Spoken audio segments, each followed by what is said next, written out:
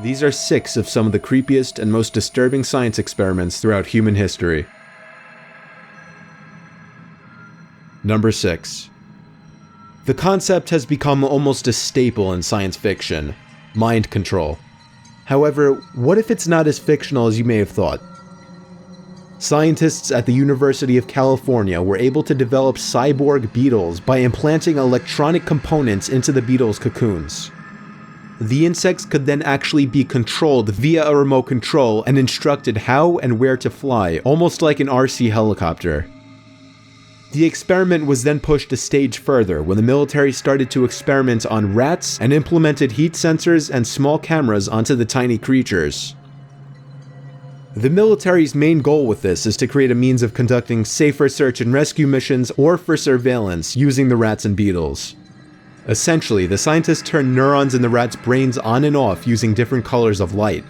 The really creepy part is that scientists believe this opens up the possibility for potential human mind control in the near future. Number 5. For decades, the Soviet Union actually created and maintained a secret lab known as the Chamber, Laboratory 1, and Laboratory 12, which led a sinister program to devise new methods of poisoning people. Beginning in 1921 and continuing for most of the 21st century, the chamber was used as a covert research facility for secret police agencies. Prisoners from Russian labor camps, or gulags, were exposed to a number of deadly poisons in the chamber, including mustard gas, ricin, digitoxin, and more. The purpose of which was to find a tasteless, odorless chemical that could not be detected in a dead body. Men and women of varying ages and physical conditions were brought to the laboratories, where they were given the poisons, which would be mixed into a meal or drink, or served as a medication. Eventually, a preparation with the scientist's desired properties was developed, and it was called C2. C2 was not detectable post-mortem, and according to witness testimonies, a victim who was given C2 changed physically, becoming shorter and weaker, and after falling silent and calm, died within only 15 minutes. People of varied physical conditions and ages were brought to the labs in order to have a more complete picture for the action of each poison. In addition to human experimentation, the scientists would also execute every prisoner brought down to the lab who survived the poisonous effects. Number 4. The Stanford Prison Experiments. Conducted at Stanford University on the morning of August 17, 1971, a group of young men in the Palo Alto area received visits from local police officers and were arrested for armed robbery and burglary. Their neighbors watched on as the young men were searched, handcuffed, and forced into the back of the police cars, not realizing that it was all part of a prearranged setup. The students were taken to a Palo Alto police station where they were booked, fingerprinted, moved to a holding cell, and blindfolded. Finally, they were transported to the Stanford University Psychology Department, or as it was referred to for the experiments, the Stanford County Prison. The point of the experiment was to essentially demonstrate how authority and power dynamics affect a human being's capacity for evil. 24 male students of Stanford University were chosen and randomly assigned roles of either prisoners or guards, and the so-called Stanford County Prison was just a mock-designed prison in the basement of the Stanford Psychology building. Those who were assigned as guards began to humiliate and psychologically abuse the assigned prisoners with little to no instruction to even do so. Some of the guards would do pointlessly cruel things to the prisoners, for instance waking them up at off hours of the night and forcing them to do jumping jacks, or threatening them with batons, and much worse. The prisoners in turn became submissive and depersonalized, taking the abuse and saying very little in protest. When prisoners would request to leave the experiments, they would be told this is a real prison environment and they could not leave. A few prisoners started to experience slight mental breakdowns within a few days and were only then allowed to leave the experiments. God damn it! You're fucked up! You don't know, I mean, God! I mean, Jesus Christ, I'm burning up inside, don't you know? I just fucking can't take it. I feel so fucked up inside, I feel really fucked up inside, you don't know, I gotta go, to a doctor, anything. I can't say that, I'm fucked up, I don't know how to explain it, I'm all fucked up inside! Help me out! Help me out now! The behavior of everyone involved became so extreme that the experiment, which was meant to last 2 weeks, was terminated after 6 days. Number 3. For you animal lovers out there, this one may be a little disturbing. In 1940, Russian scientists released a video of their experiments which involved severed dog heads being kept alive for several hours. The severed heads would wiggle their ears in response to sounds and even lick their mouths. The scientists who were behind the experiment claimed they were able to keep the animals alive by attaching an artificial blood circulation system to the head.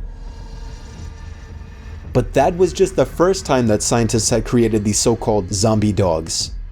In 2005, American scientists tried again by flushing all the blood from the dogs' bodies and replacing it with oxygen and sugar-filled saline.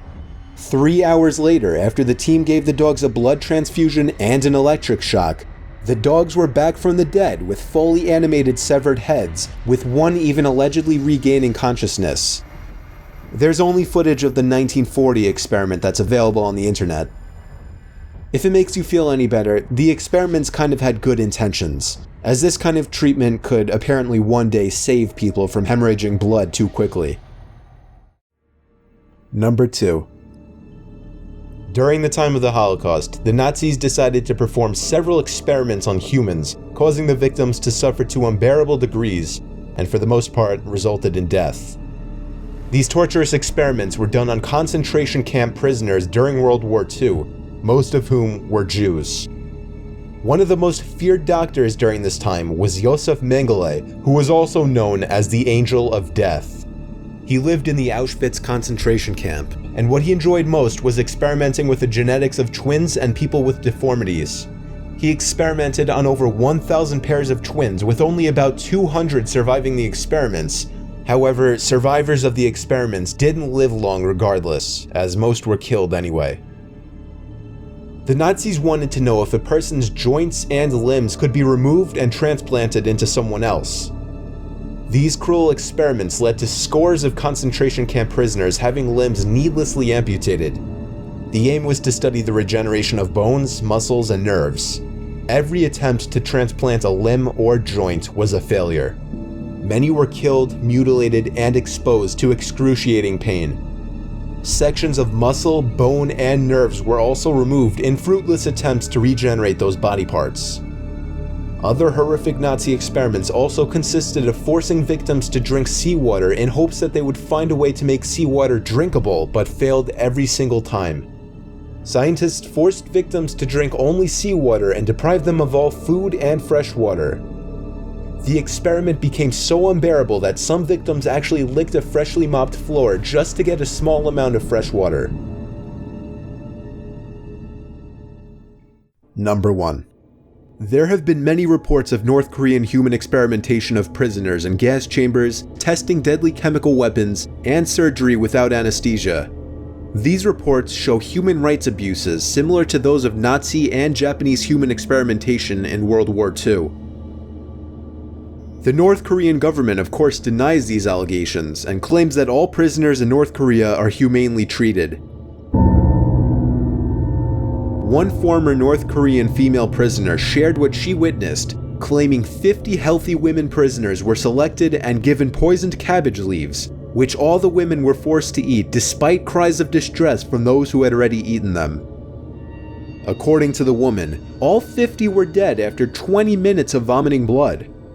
Now all 50 women ate the leaf, as refusing to do so would have meant that they and their families would be severely punished.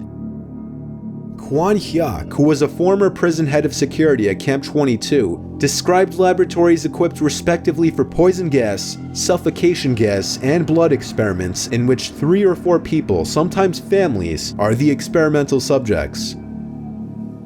After undergoing medical checks, the chambers are sealed and the poison is injected through a tube, while scientists observe from the outside. Kwon even stated, "I saw an entire family being killed. They were put in the gas chamber where they all suffocated. The last to die was the youngest son." Kwon stated the parents tried to save the children using mouth-to-mouth resuscitation for as long as they had the strength, and that it was the most horrific and evil thing he had ever seen.